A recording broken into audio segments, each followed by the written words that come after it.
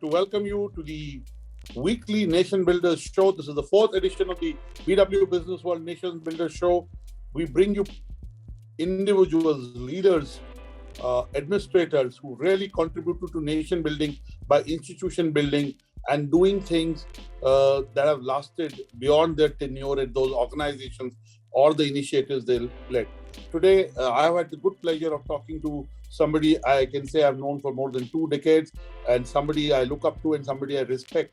Let me welcome Shri Kiran Karnik, who really doesn't need an introduction. Welcome, Shri Kiran Karnik. We're glad you're being able to join us for the fourth edition of the BW Business World Nation Builders. Kiran Karnik doesn't really need an introduction. He's a well-known administrator. He's known for his work in the broadcasting and outsourcing industries. He served on the board of the Reserve Bank of India. He's also been the chairman of the board of the Indraprastha Institute of Information Technology, and also the IIT Delhi. IIT Delhi is now called the Indraprastha Institute of Technology. And he was also the president of NASSCOM from 2001 to 2007. He was also instrumental in bringing Discovery of it to India, and he was the managing director for Discovery from 1995 to 2001. He was also the director of the Consortium for Educational Communication from 1991 to 2005. And, he has he completed his BSc Honours in Physics from the Bombay University and his postgraduate diploma in Business Management from the Indian Institute of Management, Ahmedabad. And because he interfaced and interacted with another big nation builder, Mr. Sarabhai, he's contributed his life to nation building and institution building. He was also appointed as the administrator of a committee to look at the Satyam enterprise and be involved in making sure it goes to the right hand and look at where is Satyam today. So today, while we talk to him, he also has a book that has come out. It's called The Decisive Decade, India 2030, Gazelle or Hippo. Let me hold that book. I tweeted about the book in the morning. I put it on my Facebook. It has a lovely cover, very clean cover, and a catchy title. I hope I may be able to show you the book. And we'll also talk to him about how India can make this decade its decade by its policymakers being decisive. But before we do that, let me ask Shri Kiran Karnik, how have been the last 17 months for you, sir, both personally and professionally? Well, very interesting, Anurag, as for all of us. A sudden, you might say, something from the left field or a googly that hit us all suddenly. I don't think ever in our lifetimes we expected to be, in effect, in house arrest for months and months. But I must say we all adapted very fast. I did. The first few days, indeed weeks later, seemed very difficult. But the adaptation took place very fast. I at least did, and most of my friends I find did the same. In 2 or 3 weeks, we all got used to a new routine of being at home all the time, of working on electronic media, of interacting on Zoom calls, on really getting your work done from where you are, sort of work from home, work from anywhere. And, many of us also had to go through what we went through in my home, which was to get all the household chores done also, because we had no full-time help, so part-time people coming in who stopped coming. So in all, a very, very interesting time at the personal level to what you asked, and a change in the way one lives one's life. Miss travel, miss meeting people, and all the electronic interaction is great functionally. And very frankly, from the professional point of view, I found it quite all right. One could do almost all the work one needed to. But from a very different level, that personal interaction, that touch, that warmth, that cup of tea before a meeting, or the chit chat somewhere in between, one misses all that completely. Not possible on a very functional sort of call otherwise. So definitely lots of changes, but a very, very different world. And I think it's had an impact in many, many ways on not only lives of individuals, but indeed at a much broader level on society, on social interaction, on the economy, and on many new enterprises that have come up because of that. Many people suffered, and we saw very horrendous pictures, particularly of so-called migrant labor, people who work and then travel long distances. but it also gave rise to a lot of new enterprises, and we might talk of that later. So interesting times and all, but interesting times put in the way the Chinese proverb, it can be good and bad. Yeah, there's been a mixed bag, so to say. Now, let me ask you you alluded to the fact that a lot has changed in the last 17, 18 months, some forever, some for the good, some for the bad. Give us a sense of what you believe has changed forever and what is good and what is not so good. Well, one thing that has changed forever, certainly Anurag, to me, is the whole process of how work happens, what you might call, popular term now, digitalization. And everybody has learned to go digital because they had to during these last 16, 17 months, especially in the first few months. And slowly, even the smallest of enterprises has gone digital. And at the personal level, we've all gone digital to interact with friends who may be, just a kilometer away because there's no option. So we've all learned to go digital, and that's not going to go away because it's a new thing that's come on us, and we now know how it works. In many cases, I know we will revert again. We're after all social animals, and as I like to say, sociology often trumps over biology. So staying safe is essential, and that means distancing. But we see the crowds everywhere because we are social animals at the end of the day. So despite that, we will continue interacting. But this has changed forever. The fact that we now know that the digital world is here. And certainly from the point of view of business and enterprise and industry, this whole process of going digital from the smallest of enterprises to the largest ones has taken off in a new way and is not going to go away. It might change a little bit, it might adapt, it might get back to working from offices, but much of it is going to stay on forever. Absolutely. And if you're a senior executive, you may ask yourself, the next business trip could be a Zoom call. You really don't need that. Telemedicine has grown, and we'll come to your book in a while. But now let me look at why have you written this book, and why now, and why about the decade, which a lot of people believe should be the decade for India? Well, just what you said in the end, Anurag, I felt that this is a decade which must be India's decade in terms of again, getting back to where we were roughly, I would date it approximately 2002 to 2012, the sort of golden years of this century for India, when growth was very high, when India was shining literally on the world stage, where we held our head very high. Not only the economy, but people did well. There was social harmony in the country and people were growing. Jobs didn't grow as fast as we would like them to, but they did grow. Poverty reduced hugely, and in my book I've given some figures of how we reduced poverty, the biggest ever reduction in poverty in a decade. So, I think all in all, that was a tremendous decade. And then after 2012, for a few years, things slowed down. In between, there was a flash of hope. Then after 2016, 17, again, things slowed down. And the last 6-7 quarters before the pandemic, the economy was on a downward path, slowly but downward. There were hopes of a recovery when the pandemic hit us. And, we went down hugely, as we know, and we're recovering slowly now. But therefore, I think that in this decade, I see signs of us getting back, and I see need for us to get back. So both the need is there, the opportunity is there, and the possibilities in a realistic sense for getting back on a high growth path are there. And it's not just economic growth. I see this in many, many areas, which we might talk of in a few minutes. But whether it's technology or society or politics, I see this decade as getting us back on a very good path. And I'm optimistic, but it's a key decade because if we are able to do it by 2030, we'd have laid the foundation for something really phenomenal for the country. And after that, in the next 20, 30 years, I think the rest of it could well be genuinely India's century. The rest of it. The first 10 years where we lost out on 10, 15 years, but I think we can get back now. Thank you so much. And why the name Decisive Decade? Of course, it connotes what you want to say, but build on it. And then you said India 2030, gazelle or hippo. What do we want to be? A gazelle is nimble, runs fast, keeps pace with everyone. Hippo is slow, kind of not very dynamic. So give us, of course, that is very obvious from what you put, but give us your thinking behind the name.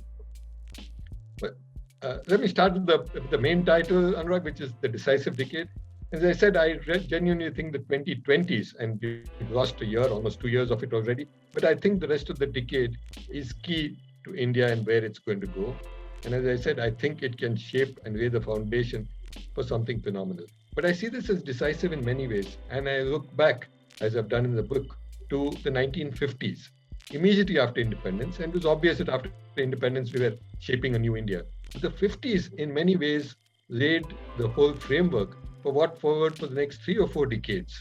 Maybe 1991 was a landmark, but in many ways, what the 50s did continued. Whether in the area of education, where foundations were laid for both engineering and management education, the IITs and IIMs, which are really world class even today, started in the 50s, the foundations were laid, the thoughts were there. ISRO. Our scientific, absolutely, coming to that, our scientific effort, I spent 2 decades in ISRO, so I'm proud to say, happy to hear you say that first, ISRO. But frankly, before that, atomic energy, ISRO, and the CSIR labs, which are the industry interface between science and industry. All these, some began in the late 40s, but the 50s really laid the foundations for this. So whether you look at education, science, technology, and indeed society, and our economic framework, right or wrong, the 50s laid a certain economic framework, strong public sector, focus on socialism, whether it was right, wrong, done properly or no, the socialism, the concerns, you might say, of what we call inclusive growth today, the concerns were there. And all this was driven by the fact that the person at the bottom of the pyramid must do well. So the 50s laid this framework, and then we continued in many ways adapting, changing for the next 3, 4, 5 decades. And I see in many ways the 2020s as being the possible 1950s of the 21st century, that where we lay the foundation for something that stays for decades afterwards in terms of institutions, frameworks, thoughts, and the basic things that make the country what it is. Absolutely. And, the book is very futuristic. Even in the preface, the former Vice President of India, Shri M. Hamid Ansari, says, Shri Kiran Karnik's book is a bold venture, not denying the criticalities, the 9 areas of endeavor on which we must focus the present decade. And he says your book is futurist. The problem being futurist is that these days you cannot predict the future. Look at the last 18 months. But the reason I'm asking you, what are you certain of that India is likely to achieve? Well, the first part of what you said is true, so true, Anurag. You can't predict the future. In fact, as I mentioned in my book too, we don't even know whether there will be a future, because a nuclear war and an asteroid hitting us or climate change may devastate us and end the human race.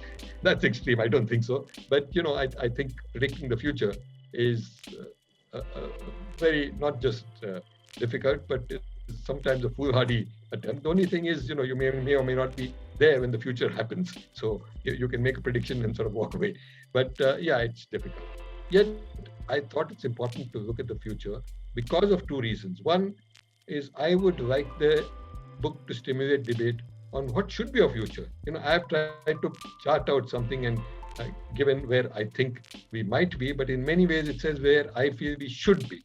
So it's a sort of milestone of what the country might look like in 2030, and like a debate on that is that a good objective? And then importantly, there's a process of getting there. What do we need to do to get there?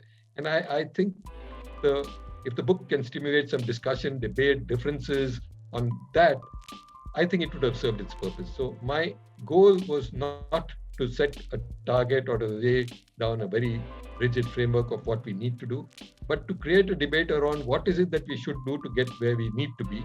And first, a debate on where should we be? What should India 2030 look like? So each of us may have a dream of what India should be there and what it should be. And which is why I've ended very, very briefly with looking at 2050, much further ahead when we finish 100 years as a republic, and looking at projecting where we might be, and again implying, is that where we want to be? So some discussion on what the country should look like ideally may be a very good starting point, and then we might need to chart out the path of getting there. So that's why part. But just a moment back to what you asked earlier, Anurag, and I'm sorry I didn't quite answer that. You talked of the gazelle and hippo, and this came from the analogies, and it's wildlife analogies which are popular around the world. It started with Asian tigers and so on. And India for some years was looked on as an elephant. Large, very large, slow and ponderous. We were growing at so-called Hindu rates of growth and slowly moving along true, in very large country, but slowly. And then the image was changed, maybe taking off from the Asian tigers to a tiger. And we've seen, all the sort of made in India things and ads featuring a tiger, which is fast, agile, very quick moving. But to me, tiger is not a good analogy because the tiger is, a bit ferocious and so on, not very good.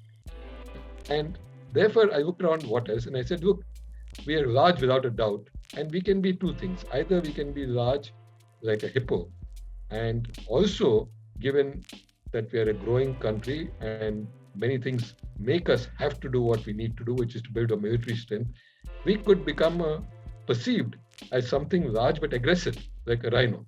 And, if I don't know about you, Anurag, but if I see a rhino heading towards me, I'll probably turn tails and run. The rhino sort of worries you. On the other hand, the gazelle, it's smooth, it's sleek, it's fast, it's agile, and at the same time, it's very lovable. And the same analogy, if I see a gazelle, I'm sure most people would do this, you would want to go near it. You'd want to take a closer look. You're not afraid of it. In fact, you'd like to go and touch it maybe, as you would a pet dog, for example. So I thought the analogy to me of India being a gazelle is closer to my vision of India, that it's sleek, fast, agile, but it's also very lovable. It's liked and popular, which is, I think, the image that most people would want of India, and in many, many ways is already the image of India in many, many countries and people abroad. They look at India and Indians as being friendly, nice people, they get along well. And I must contrast this, not as a put down and not being politically incorrect, but if you look at the image of the Chinese or even the Americans, people may envy them, they may even fear them, they may want things from them, but their popularity may be questionable. I would argue that Indians are, generally speaking, around the world more popular than some of our, friends in the neighborhood or even far away. And more than popular, they may be respected and liked. They may be more genuinely appreciated. We get that. Now let me move into the book right away. You have 9 chapters in the book, and they're very clearly indicative of what's in the chapter. Which is your favorite chapter and why? Oh, very difficult question, Anurag. You put me on the spot. I don't know, but I'll tell you why. And it's partly to do with my background, very obviously, but not necessarily. It's technology. And I say that because I think today the most ubiquitous form of thing that cuts across everything that we do, and in many ways cuts across all the other chapters in my book, is technology. Whether you look at society, or you look at politics, or you look at security, or you look at health, or you look at education, all of them are increasingly getting, I wouldn't say dominated, but getting either influenced or changed by technology. And therefore, to me, technology is something very, very important in terms of what we do, where we need to go, and how we might use it. And of course, to me, the most important part of technology is not necessarily just what is developed, what we can do, what we achieve, but how we use it. And to me, that's crucial, and that would determine how it is. But to your question, yes, I would say that, difficult choice, but probably technology. Yeah, so you're clearly talking of your 9 chapters. So your 8th and 9th are both about technology, but the chapter 9 is called technology. So clearly, I like the 8th chapter also because it was about jobs and livelihoods, which is getting impacted by technology. Now, let me ask you, in terms of right at upfront in the book, you say this is the time to transform. That is the key to India making it a decisive decade. Build on that. This is part of my definition of being a decisive decade, Anurag. Just as 1991 was a time of transformation for the economy, I see that in more than one area, the 2020s present us both an opportunity and a need to transform. I mean, take something like education. The new national education policy has already laid the contours of the kind of changes and transformation necessary. In my book, I've recommended and suggested going even further, making more drastic changes, really transforming. The same is true in health. The same is true in jobs, which I've touched on. I think in many areas, we need a transformation if we are to take a sort of quantum jump ahead. Otherwise we can continue progressing, we will, and we will go incrementally. But if we want to really change the contours of where we are and how fast we move, then I think a transformation is necessary. And the analogy to me would be really 1991, where the economy made a huge transformation, and then in the course of the next few years, it changed track altogether. From a growth of 2.5, 3%, we began to touch 7, 8%. In some quarters, we went as high as a two-digit growth. And I think not just that specific economy, but I think in other sectors too, we can transform in a similar manner. Fantastic. Now, let me, again, a certain environment is very necessary for growth. And you talk about those enablers. So let me focus in those are given, as I say, but at some stage we need to even strengthen our institutions. And you talk of in your first chapter, you talk about democracy and politics and how to ensure justice and freedom. Tell us why this chapter, because we are a democracy. We have a judicial system and we have freedom. So why did you feel the need to include a chapter like this in your book? This is something on which I have fairly clear and strong views, Anurag. You're absolutely right. We have a very good judicial system, a strong judicial system. We've had democracy now with maybe a short interim break of a year, 18 months, now for 70 plus years. And, most of our institutions have been well built over the years, all of them. But, in all of them, one begins to see, and some of them have been in that state for some years now, problems. Take the judicial system first. The huge backlog of cases, the long delays, it means justice is not happening. And for the common person, especially the poor, it's just terrible because, for a variety of reasons, probably genuine, cases are adjourned time after time, hearings are held after years, and the final decision, especially if it goes through all the levels of courts, can take a decade or more. And the backlog of cases in each of the courts tells you its own story. Even the backlog in the Supreme Court is scary. So, it's justice, as they say, justice delayed is justice denied. So, clearly it needs something substantial to be done. I have not gone into detail there on recommending what needs to be done. I've just in many ways pointed to the problem. The bigger concern there, which in many ways impinges also or overlaps with democracy, is an increasing tendency to, quickly try and put people in jail first. Bail is not very common. And then the trial takes years and years. And sometimes, not certainly in a majority of cases, but in a substantial number of cases, after 8 or 10 years, 5 years or 6 years, the person is declared innocent. After spending a few years in jail to declare a person innocent, he's lost his life, his reputation, his family is torn asunder, everything happens. So what is happening to this? Why is this happening? And it's become now commonplace to, say jail rather than bail, whereas our whole judicial system and framework, as I understand it, I'm not a lawyer, is built on saying innocent until proved guilty. So unless there's genuine fear that the person is either a very serious criminal or that the person may run away or he or she may actually influence witnesses, putting that person in jail. And I don't want to get into a controversial case, but if you put an 84-year-old person who's got Parkinson and all kinds of problems in jail, instead of just, go through a trial, check him out, but instead of giving him bail, at least on medical grounds, I think it's sad. I don't see that as being good for the judiciary or in keeping with democratic norms, which are very strong in the country. We need to continue to uphold them. In most cases, they are, but you see cases, and I've just given one instance, there are many cases where people are put there. Now, I'm not talking about the justification of the cases against them. There may be very genuine reasons. But as I said, unless you have these fears of that person doing one of these things, there's no reason not to give them bail and to hurry the hearings so that a guilty person is sentenced quickly, promptly, and substantially. But an innocent person should be let off. That's that. And the third part of democracy is a different worry altogether. And I'm jumping a bit, Anurag, but you asked the question. It relates in many ways to demography, the change in our population characteristics. Chapter 6. That's right. You might have questions on that, but I'm just linking the two. It's fine. Okay. It's fine. Let me spend a minute on the background on this because not all our audience may be fully familiar with this, Anurag. In the 70s, concerns about growing population, Parliament very wisely decided that they would freeze the number of seats in Parliament for the Lok Sabha, not for Parliament, for Lok Sabha, based on what was delimited then. And therefore, irrespective of the growth of population, the number of seats were fixed. Now, over the 30, 40 years, what has happened is disparity on which one can argue in both ways. And just as an example, 3 million odd people in Delhi get one MP to represent them.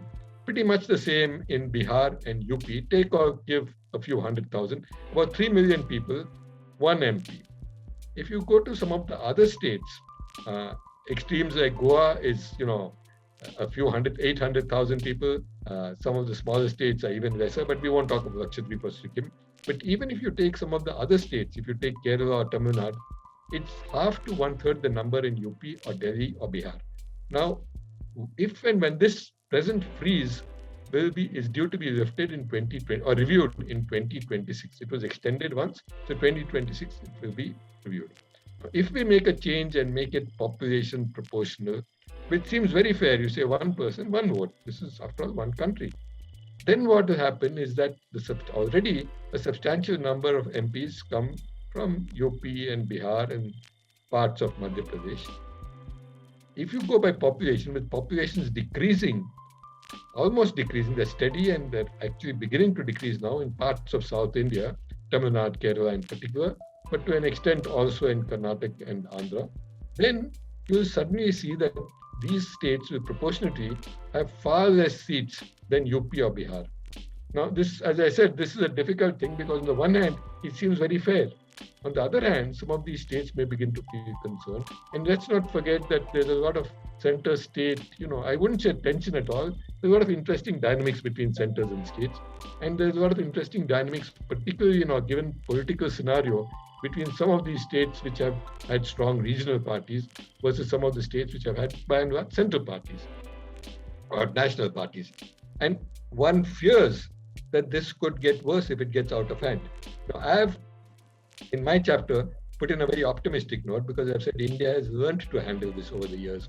Our parliamentary system, our MPs have learned to negotiate and reach some understanding. You call it a compromise, call it a consensus, they managed to it. So I'm hopeful it will happen. But there is certainly a possibility there of a problem for democracy based on the demographic change. So this is linking the two in some ways. What will happen? At the extreme, you might take a very dystopian scenario and say certain states would be very concerned that, look, I have so few MPs, my voice doesn't matter in parliament. So what am I doing? What's happening? Who's going to look after my interests? And then, we've had this in the past. You get tendencies which say, it starts with a different thing, starts with grouses against the center, starts with grouses about something else, and you begin to get a situation which could, in a very, very worst case, spiral very fast into a bad situation. As I said, my prediction or my scenario is optimistic, but I'm just saying that this could be something that happens. So projected both points of view and say, I feel that I'm an optimist, this won't happen. We will settle it in 2026. We'll reach some reasonable understanding and everybody will be reasonably happy or reasonably unhappy equally. So there won't be any problem. Good. Now let me move into another chapter. Again, that's a given. That's obvious. We have it in a lot of measure. Security, maintaining social harmony in peaceful borders. So why did you write this chapter and give our viewers an insight to what is in the chapter? Okay. So I'll write two parts to it. One is the external security, which is obvious, and I won't dwell on that. We have problems on two of our borders, which makes things difficult for us, and we need to take care, and we need to be aware of what might happen, and to keep our powder dry and our strength going. But one of the problems which exacerbates this is internal issues related mainly to terrorism. And my argument is that terrorism thrives because they have safe places to go to. The same thing on what is called the left-wing insurgency or left-wing extremism. It wouldn't survive if they didn't have, safe zones, people who support them implicitly and so on. So my argument is that a lot of this comes from disaffection. And take the tribal problem. There is disaffection, rightly or wrongly. They feel they're not getting what is their due. A few people do inside them, something happens, and then there is popular support for them for one reason or the other, which is why they're able to get safe houses, stay safe, not get reviewed. They have informers, they have problems there. And then sometimes this gets worse because the security forces don't know what to do and they round up a whole village and question them, which they don't know what else to do. But this only makes the situation worse. On the other hand, if we had social harmony and people didn't have safe refuges or safe houses to go to, where would they go? After all, if you have somebody who's in the country, whether an extremist or a terrorist or a militant, call him what you will, they need money, they need support, they need food, they need to understand local dynamics and get local information. If they have none of this, they will be out in no time at all. And therefore, my argument has been, and we've seen this in other countries too, that where there is social harmony and therefore no support for these people from the population at large, they get rooted out very fast. But where there's support from them, substantial support, but even if not substantial, if there's reasonable support from them, they're able to hide somewhere, get away with things, get people on their side, first through persuasion, then through a bit of coercion. People first just support them passively. A few people get disaffected or get brainwashed, begin to support them actively through money or other things. And a few actually join them. And we have seen the same story in many cases in our country too, where people graduate from passive support to active support of money or help to really active participation by joining them actually. And the best way to get rid of this is if you can create a situation through both economic development and social harmony where people don't feel the need to do this. Now, the prescription is easier than implementation, but I think that conceptually, if we can invest a lot of our effort in trying to create social harmony and social happiness, I think you will get rid of the problem of extremism very quickly. Terrorism is a little more difficult because of a variety of factors, but even there, I think if they have no safe houses to go to, if they have no refuge to run to, they will not last long, I can tell you. Absolutely, you're right. I agree with you. Now, let me focus on, again, a very important chapter, and I enjoyed reading it. In the last 17, 18 months, health has become the focus for the country, for the community, for the society, and for individual. The third chapter is about health, and it says, the title is Adding Years to Life and Life to Years. Of course, it gives you a segue into what it is, but we'd like you to expand on this. I think this is something which I think is very important and is less controversial than something we just talked of a few minutes ago on security.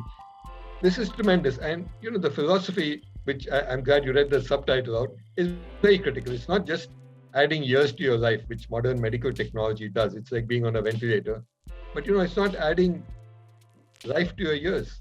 Adding life to your years is that being able to be active in good active health, not just living long, but being active. That's one part of it.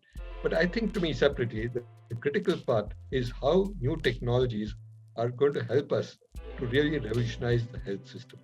We know that now and for many years to come, we will be short of doctors, nurses, paramedical staff, especially in remote areas and in the hinterland. How do you overcome that? Now, you can find ways of incentivizing people, of either coercing or persuading them to go, or finding a few people who are committed and idealistic, but you never solve the full problem in that way.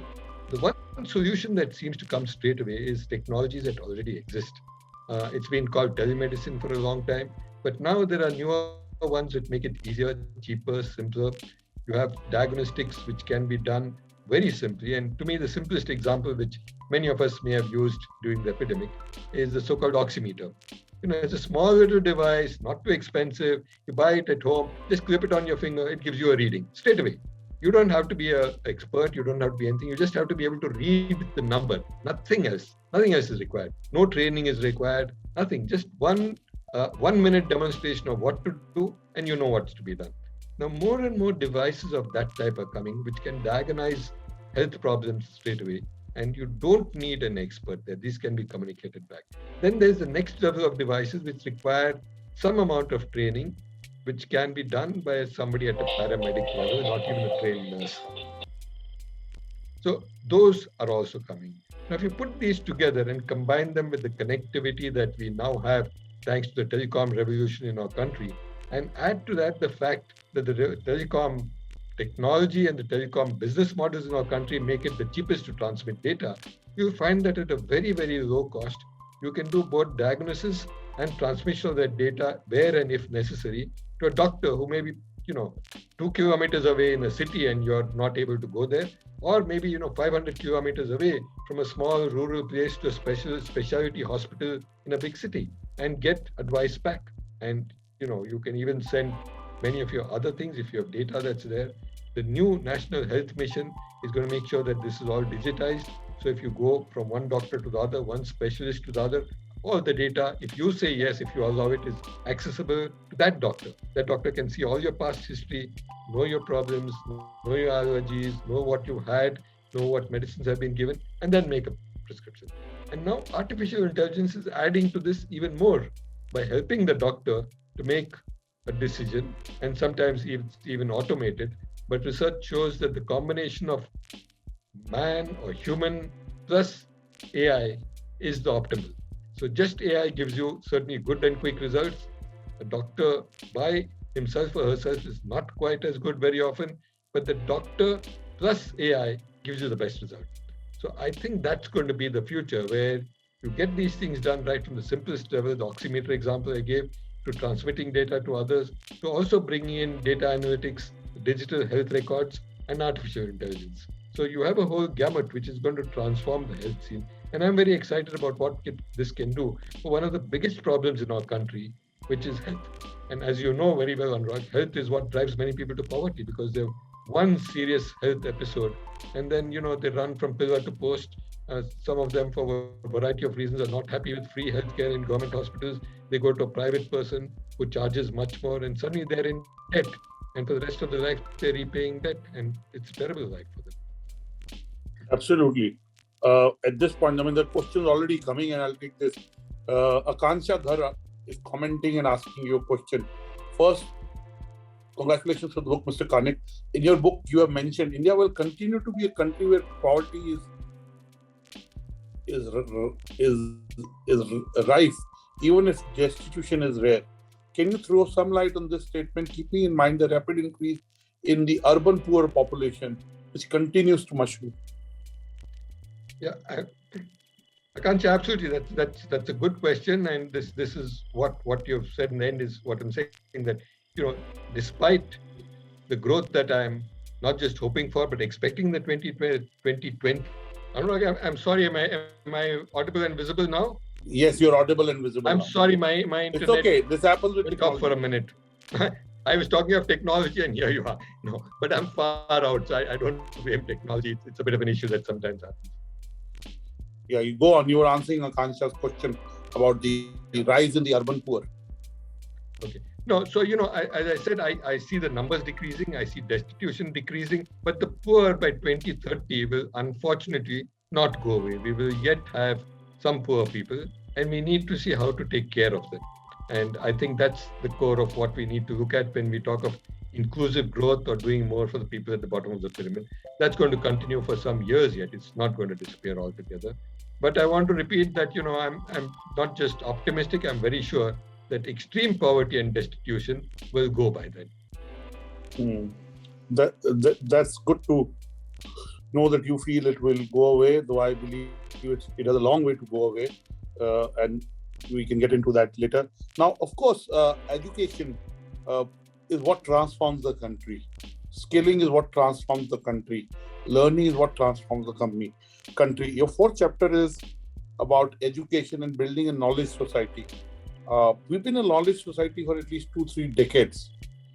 Tell us, what are you saying in your chapter 4 about education and building a knowledge society? Anurag, first part, you're right, we've been a knowledge society for some decades now. But the change I see, and this is no longer a slow, steady change, it's now a disruptive or sudden change, is that the contribution of knowledge to the economy is taking a step function increase. And, just take the example of what I spoke about earlier, digitalization, which is a way of using knowledge. But that apart, all knowledge now, new things, take vaccines. I mean, the development of a vaccine in a year, maybe 12, 13, 14 months is absolutely stunning, because in the past, vaccine development has taken between 7 and 10 years at the minimum, nothing less than that. And this is the kind of new knowledge that's causing disruptive changes around the world. Vaccine is a simple and good example, but there are many others. And therefore, I see knowledge as becoming more and more critical, more and more important. Now, if we want to be a knowledge society, and India has aspirations to be a knowledge, not just a knowledge society, a knowledge power, then we have got to invest in what is the critical builder of that knowledge, which is education. And starting from school level, because you've got to start at the bottom and then build up. It's a long haul, and we can work in multiple levels at the same time. Ultimately, you want to get to really high order research of doctoral and postdoctoral kind. And some of that you can begin to do now, but you've got to start right from the school level, where you need to build education systems that are strong, robust, and high quality. We've now been able to build over the last few decades a system of education where, a overwhelming majority, in fact, almost everybody who is below 8 or 9 years old is in school. There's some issues and a few dropouts, but most of them are there. But the quality of education, as shown by a lot of studies, is yet very poor. The standard one is that a fifth grade student can't read a second grade book, or that they can't do simple arithmetic. And I think this is across the board an issue where quality comes in. And a big problem in the country, whether it's schools or higher education, is the spread. We have a few institutions that are genuinely and truly world class. It's a much misused, phrase, but I think there are many institutions which are really at that level, both at school and at postgraduate, graduate level. But the bulk of the institutions are, at the bottom end of the curve, and then there's a very substantial number that is really, frankly, subpar. It's really substandard. Education's a bit of a, misnomer for what they do there. And we have to somehow move that needle so the average goes up hugely. And this is where countries that have succeeded have done very well.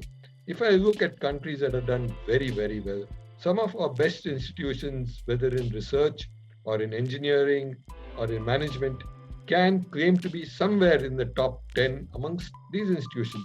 Don't take the rankings, because they rank all kinds of things like foreign faculty, foreign students. For a variety of reasons, we don't have those. But in terms of the quality, they're somewhere up there in the top 10, 20 worldwide. But that's a very small number. You take off those, 50, 100 institutions, and the rest fall way, way behind. Whereas in the countries that do well, the average is very high. The curve, the shape of the curve, if you say that, is pretty. It's not a long tail as we have here, where the tail at the bottom end, where the quality is poor, is so long that it goes on and on. I think that's what we need to do, and therefore a focus on education to transform the country is a must. Requires more investment, but more importantly, in my view, it requires structural changes. A lot of the problems come from structures that are outmoded and too old, too centralized, dedicated to control and bureaucratization. And this is, academic bureaucratics. It's not the typical, when you say bureaucrat, you immediately think of some, how should I put it, IAS officer. No, this is very often academic bureaucrats. And they've held the system back through too much centralization, too much standardization, too much control. At this point, let me also ask you about Edutech. Do you believe Edutech supplements learning? Clearly, it won't replace real life education. That's very clear. The life skills we get by being on the campus, But what is your view on Edutech? You summarized it very well in a sentence, Anurag. Our experience in the last 18 months has shown that online can deliver there too many problems.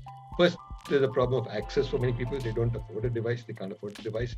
Then there's a problem of connectivity for many people who are in far out areas where the connectivity, and we just saw this from where I am. You drop out suddenly and then you missed out on something in the class. And third, they miss out on what is key, which is the interaction that happens in physical presence. When you have peer-to-peer interaction, you interact with your teachers and so on. I think we are learning, we've improved a lot on what you can do online, but I don't think it's going to answer it. So people talk of blended education, it's a mix of the two, which seems to be where the future is. So there are some things where you can, look at it at your leisure, at your time, anytime, anywhere, as they say, and prepare yourself. And then the real education part will come through discussions, interaction, and questions where you have a teacher, but also students. But I do see the importance of physical presence, because, see, education is not all about just learning a formula or learning history or learning something from science. It's also about what happens in terms of interactions, of how you interact, how you build teams, how you work with others, what you learn from others. And these things don't come unless there's a physical presence somewhere, in my view. You can't achieve these online. And particularly for children, I think online and learning through a machine is not the best way, in fact, hasn't worked well. Where technology is best used is to support the teacher. If you can get the teacher more material, give the teacher access to things from the net, which is all there now, and somehow where maybe even they can use things in their classroom and they can show a picture, they can show a short video. So it's a huge help to supplement the role of the teacher, not to try and replace the teacher with online things. And while this is obvious for lower levels of schools where even the human interaction is key for other sociological factors, it's also true for higher education where there are older people and adults, where this interaction, I think, has a value of its own. Thank you so much, just Dr. to add to Karnik. that, Edutech is going to be very important. Let me not, from what I said, people may begin to think that I'm saying it's not good. I think it's going to play a very important role, but it's going to play a supplementing and additive role and not a substitutive role. Anupam Prakash is commenting, Dr. Karnik, listening to your book on the BW show this evening and having read the book, I'm more and more convinced that you should create a platform and a dialogue based on the many variables presented along with the government so that they may get a comprehensive framework for roadmap and planning. S. Sandile says, physical presence is essential even before experiments in lab. He also says, students have to see live sessions for absorbing knowledge and not just see it on videos. Mr. Kumar Ketkar is saying the book is indeed very objective and does a wonderful tightrope walk on economy, democracy, and technology. But the decade 1980 to 90 saw the debates on technology, modernity, and what we are facing in the 21st century. We got color TV and so on. So how, he is basically saying then how did we regress? He believes that we are talking more about religion, mandir, cow ministry, and communal divide. Of course, I'm not surprised by the question Mr. Ketkar is asking. I know him and his views. But basically, I wanted to show you that people are responding to your book. And let me stick to the script and ask you questions from other parts in the book. Now, you talked about chapter 6, which is demography, more aged care homes, fewer Anganwadis. And before that, you have a chapter on economy. And again, you talk of reducing inequality, reducing poverty. And, the economy has to be inclusive, growth has to be inclusive. Give us a sense of what is in this chapter. Well, my concern in the economy chapter, which I represent, is, I've shown that the growth and so on, I've given some figures, and I said I've projected where we might be in 2030 if we have a 8% growth.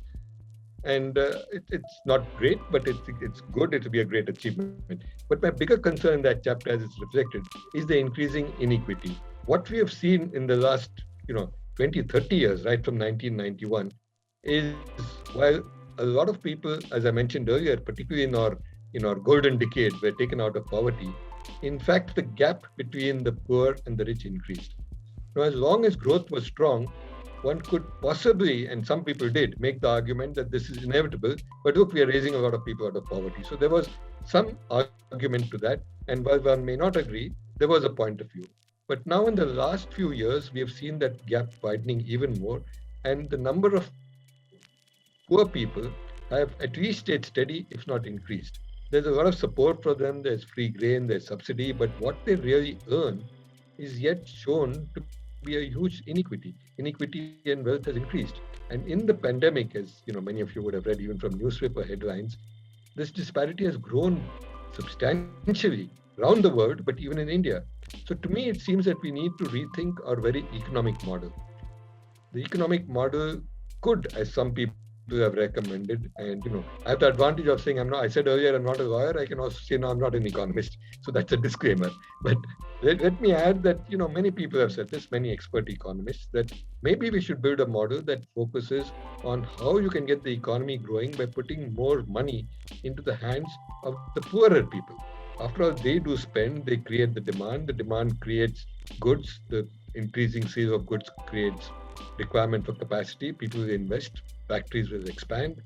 Of course, you will not sell as many Audis or Mercedes or whatever, but you'll sell more two-wheelers, you'll sell more cycles, certainly, you'll sell more two-wheelers, and you'll begin to sell more, whatever, fans, later on maybe refrigerators, and you kickstart the economy in a big way, because there are hundreds of millions of people who are somewhere there, and if you can somehow raise their incomes. So a model that looks at how do you get more economic benefit into those people would be good. Therefore, that's the argument in the economy chapter, that while overall at the sort of GDP level, I do foresee possibilities of a, certainly 6%, maybe 8% growth beginning from next year. Many people say that's too optimistic. I think we can do it. We need to make some transformative reforms, but it's possible. And that will take us to a good, maybe $6 billion in comparative sense from today, $6 trillion by 2030, which will be way behind. Let's not look at China, they're way ahead. But it will be very good, because we would have more than doubled our GDP in the space of the decade from 2020 to 2030, which is not bad at all. So I think that the overall growth will be good, but where that growth goes is important, and we need, in my view, to focus strongly on that. And that requires possibly a very change in the basic economic model that we have followed. There is a 7th chapter on society and social dynamics, challenging the status quo. I'll skip that. But I want to focus on your 8th and 9th chapter in the epilogue. The 8th chapter is about this real fear of technology, artificial intelligence, machine learning taking away jobs. And your chapter 8 is called Jobs and Livelihood. Will machine steal your job? Will a machine steal your job? So tell us, I read the chapter and I know what you said, but tell us for our viewers, will a machine take away jobs? No, my view, Anurag, is that they won't. And to put it in simple terms, my view is that technology, which is the point I made earlier, technology rightly used, and I emphasize the rightly used, can help to create more jobs, not take them away. 2 reasons for my optimism. One, if you look historically, every new technology that has come has resulted in creating more jobs, not less. There is a period of disruption. There is a problem because it's not necessarily the same people who get the newer jobs, because you require maybe higher levels of skills, which not everybody may have. But overall, they create more jobs. So I'm optimistic on that count. And I think if we can put the new technologies to the right, apply them in the right way, we will end up creating more jobs, and that we will not lose jobs to machines. There will be automation, certainly, for a number of reasons. Partly the economics of automation, partly the quality, reliability that comes from it, the fact that machines work 24/7 without getting tired, without making mistakes is there. Plus, artificial intelligence and things like data analytics will drive a lot of things, as will Internet of Things and things like 3D manufacturing. And these will replace some people, but in the process, they will create many more jobs in downstream areas, in servicing these. It's like, creating an automobile or a two-wheeler, let's say, instead of using horses or bullock carts. And you might say that you're taking away the jobs of the horse cart driver or the bullock cart driver, but in the process, a scooter manufacturer in an automated factory creates so many jobs in maintenance, in looking after scooters, in doing odd things here and there, in making the parts for it. And overall, we've seen the kind of growth that's there. And the same analogy, when computers were first introduced in banks, the unions were very worried that this would mean jobs gone. And look at the employment today. One of the biggest employers in the country today in terms of additions are now banks. They're automating fast, they're digitizing, but yet they're recruiting people. And I think that tells you the story. And as you talk in your book, that there'll be a different set of jobs that will be created. So that's the key. Now, let me focus on the chapter 9. But before I do that, there is a question that I'd like to take. It is a question from Mr. Krishnan Ramakrishnan. He says, I've not read the book, hence maybe my query has already been answered in the book, covered in the book. My query is whether India should develop an economic model different to the consumptive one as we see in the West or other countries, or what we seem to attempt to do is to replicate that and catch up with the rest. Or we have an absence of enforceable common civil code which does not differentiate between communities that grow, and there are conflicts that are taking place which are setting India back. And basically he's saying we should build our own model. We should not look to the West and other countries and try and play catch up. And how do we make a uniform civil code is a good idea. That's what he's saying. He wants your comment on that. Well, I completely agree with this comment on creating a new model. To me, it's absolutely necessary. And let's remember that the West itself now is questioning the consumptive model. They're getting more and more concerned, of course, I would say late in the day, about what it's doing to sustainability, what it's doing to the environment, and what they've done already in terms of destroying the environment, and now, trying to occasionally lecture us on what we should do. With good reason, we are polluting some of our plants, but if you look at per capita things like carbon, we are yet a fraction of what a country like the US does.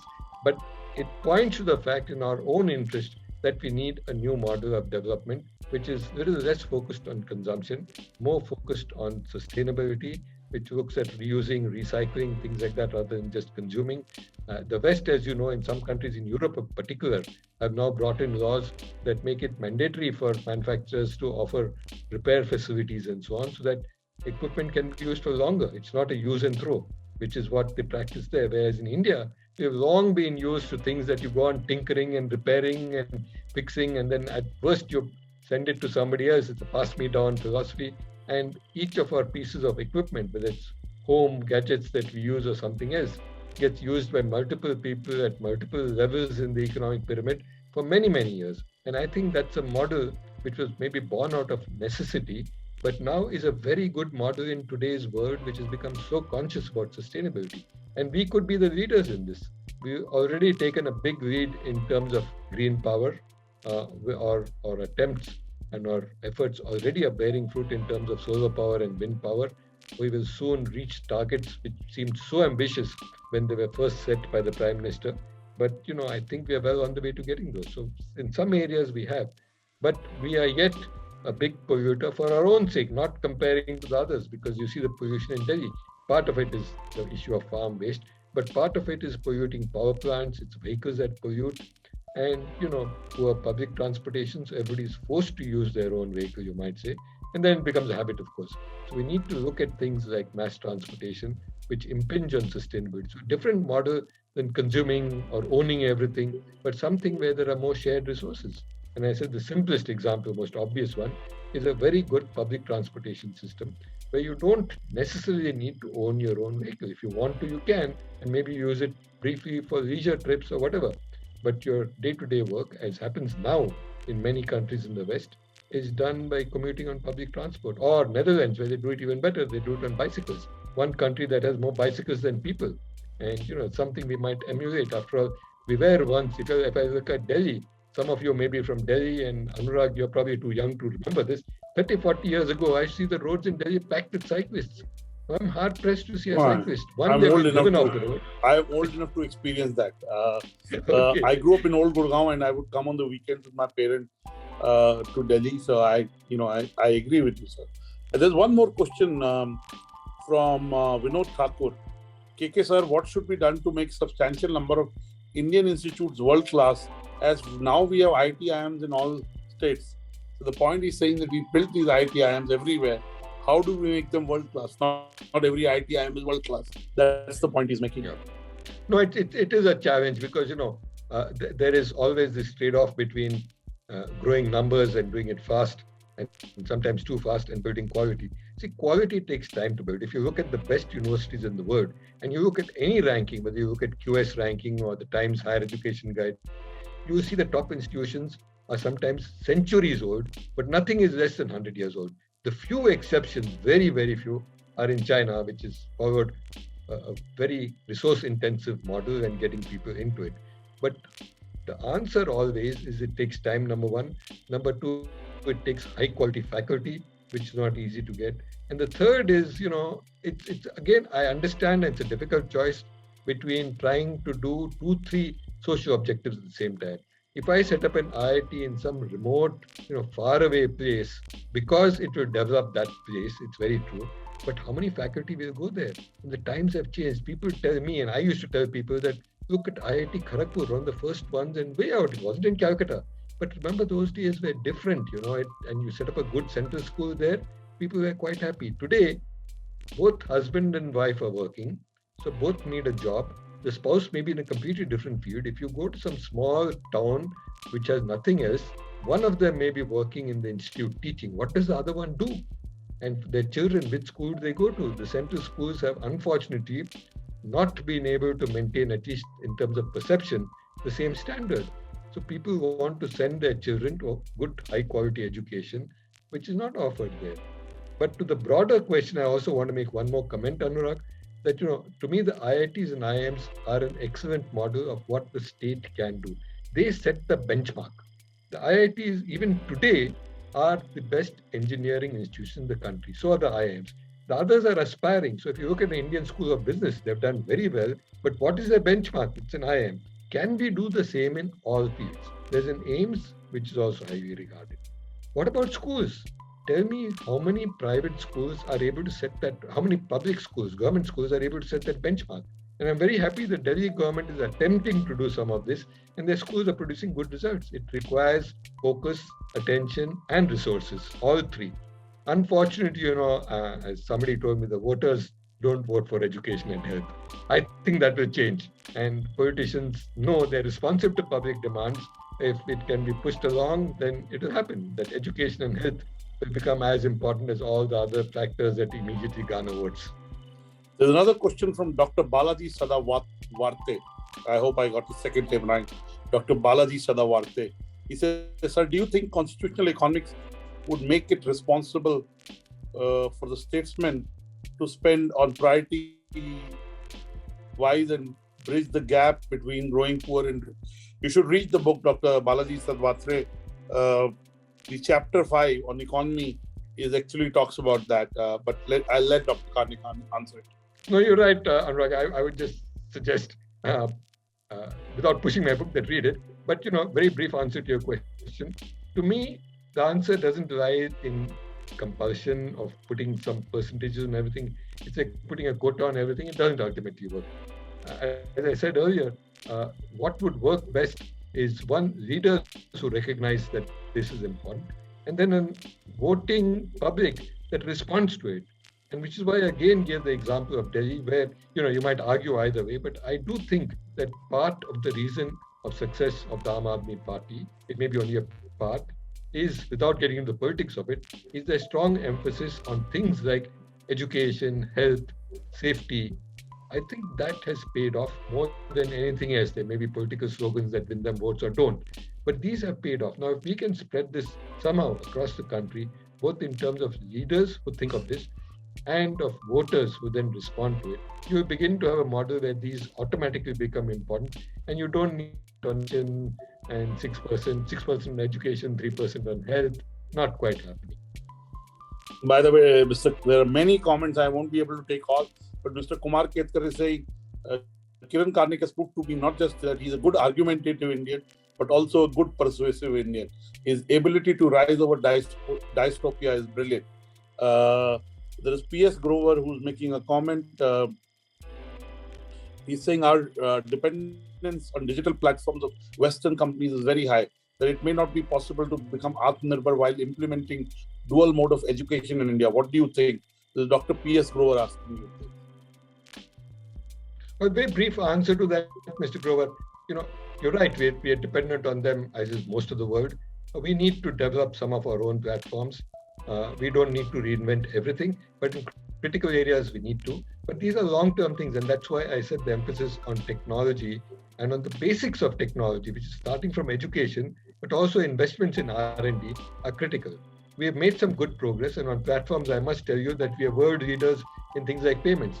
The UPI certainly is not only world class, it's undoubtedly a world leader, and many countries are coming, including the US, to understand how the UPI in India has been able to do this. Same with Aadhaar. So I do think we have created some public platforms that are exceptional, but in some other areas, you're absolutely right. We are dependent on other platforms, and at the moment, we have no choice but to use them. I'm hoping that we begin to do our own work in these areas too, and we will compete. Let's not cut them out. Let's not have to throw them out. We must compete with them, as in the IT industry, our companies have done. IBM is here. All the big Western companies are here in the country. They're free to come, and they have big operations here. But our own companies, be it Infosys or TCS or Wipro, they are doing as well in competing with them. I think that's the answer. Fantastic. I'll take my last two questions to you. I asked you right up front, what's your favorite chapter? And you said the chapter on technology, the ninth chapter. Technology, every breath you take is about pervasive tech. Give us a sense of what's in this chapter. Well, this looks at two things, Anurag. One, as the subtitle says, I pointed out how technology has become ubiquitous, how it touches on everything and everyone. Today, most people, even people who are, not very well off, have a phone, for example, and that's technology. It's used for various purposes, sometimes very, very functionally, and they know how to use it now. Even those who are not quite literate, only semi-literate, know the icons and know what to use. So I think technology is there. That's one argument I made. The second one is, how do we look at new technologies? How do we promote new technologies, be it hydrogen for energy or newer technologies that are coming up in a whole vast plethora. Blockchain. And you were talking earlier, Anurag, blockchain, AI I mentioned, but blockchain certainly, we need to look at how that blockchain translates into products like cryptocurrencies. We need to look at space technology. I can't but resist mentioning that, which are taking off in big ways and creating completely new things. Now, how do we know where and how to invest? And my argument is that let's not at the policy level, which means the government, try to pick winners, because we don't know what will be the big winner. What's going to be the IT industry of the 2030s? We don't frankly know yet. So the best thing is to create a broader ecosystem in which different technologies can grow and flower. And some of them will find that they hit it right. So the combination of Indian talent, Indian expertise, the Indian setting, our cost structure, our business models work, and we have become world leaders and we become big. But we don't know what the technology is. So the best thing that the government can do is to create broad policies that encourage technological growth and invest heavily in R&D, rather than try to pick one or two winners, because that's always dangerous. Thank you so much. My last question. This session is called the Institution Builders. Now, in the epilogue, you talk about creating a happy country. We talk a lot about development. We don't talk enough about happiness except in seminars. Give us a sense of how can you create happy country and also build institutions. Well, I think the two are related. If we have very good institutions, they will contribute to happiness. And let me give a concrete example. Happiness consists of all kinds of components. But you're sick, you're unlikely, you might try and you might smile, but it's very difficult to be too happy. So, you need institutions that guarantee that there is healthcare for all those who need any kind of healthcare. The same with education. I think it's a basic human need. The fact that it contributes to economic development, it makes a knowledge power, to me is very important, but secondary. Education is just something that human beings need to develop their capability, their own capabilities. So to me, happiness is building a whole host of institutions. We talked a lot about technology, but to me, even art, whether it's music or painting or sculpture, are as important. And we need institutions that help to nurture the talent, basic skills and training, and then nurture people who are interested in those areas so that they derive their happiness from that.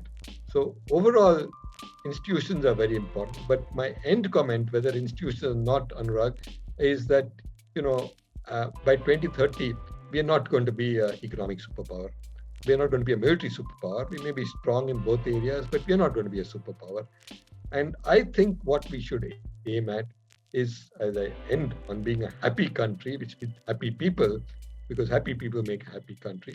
We should be a moral force. Somebody asked me, you say not superpower in this or that. So what should be a superpower in? I said, in simple terms, I think we should be a moral superpower. In some ways, and many people may disagree, but I think in some ways, we were a moral superpower in the 1950s for a variety of reasons. I think we need to capture that high ground. How do we be a moral superpower which sets an example to the world by what we do, what we are? We are a very diverse country, and nations around the world have looked at India as saying, hey, with all this diversity, how does this country even hold together? We will do well. And I do see that we can set the example to the rest of the world. The European Union is, a mini model of what India already is. They try to, they deal with certain common things, but there are lots of things yet left to the different countries. But we have it all. And if we can take that forward and create a country of people who are happy, you'll have a happy country.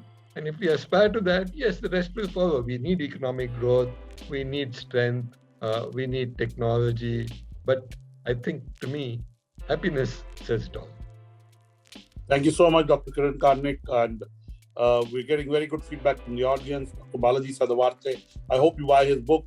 He says very excellent, very insightful section. So does Sandile S. So thank you so much for writing the book and talking to BW Business World. Here is the book. I would recommend you buy it, read it. I'm sure it'll add to your thought process and maybe lead you into action to contributing. Congratulations on writing this book. Dr. Karnik, through his work over the last 6 decades, especially last 5.5 decades, has contributed to nation building by serving the institutions he has, and to be able to contribute for so long and in a consistent way, you're clearly a nation builder. Thank you so much, Dr. Karnik, and we wish you luck and look forward to having a conversation with you soon again on the impact of the book. Thank you so much. Thank you very much, Anurag. Enjoyed speaking with you, and thank you indeed to all the audience. I'm sorry we couldn't take all the questions. I wasn't looking at the question or chat box. I left that to Anurag. But Thank you all for participating. And Anurag, thank you once again very much. Been enjoyed. Thank you so much.